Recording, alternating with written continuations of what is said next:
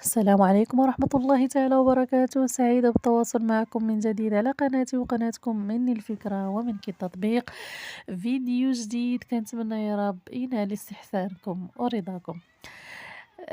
كلشي تنعرفوا الراندا بأنها ضروري إلا بنخدموها كنحتاجو للحرير، غير هو هداك الحرير بعض المرات ما تيطوعناش وما تيكون واحد تيشكل لينا واحد العائق أننا نتعلمو.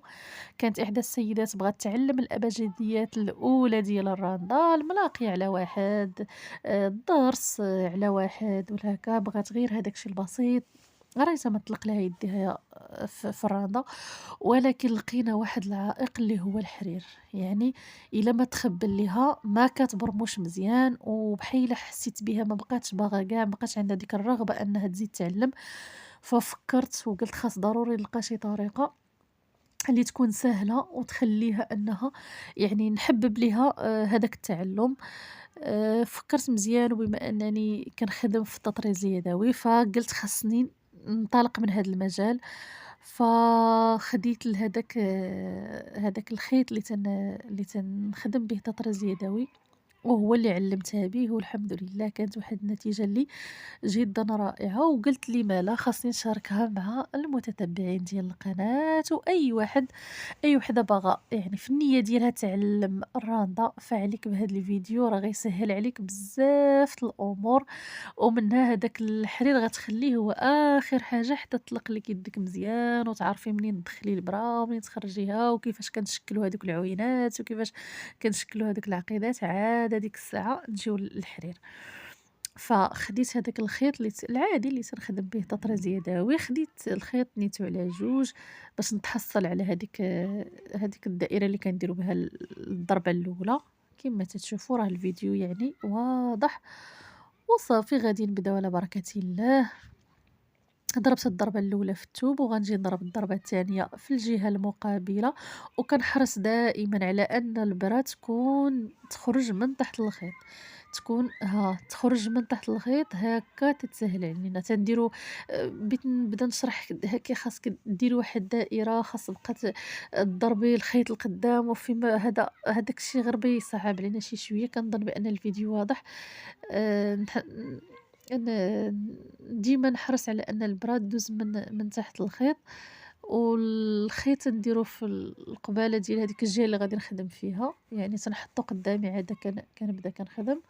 وصافي تنضرب في الثوب، نحاول ندير هادوك الضربات يكونوا متقاربين ويكونوا صغار، ما نشدش بزاف في الثوب وما نشدش غير شوية لأن غادي تخسر ليا الخدمة.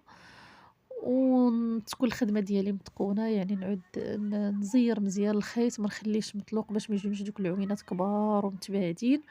وعوض ما تكون هاديك الملاقية زوينة وغادية بواحد الشكل متسلسل وزوين تبقى كتفاوت.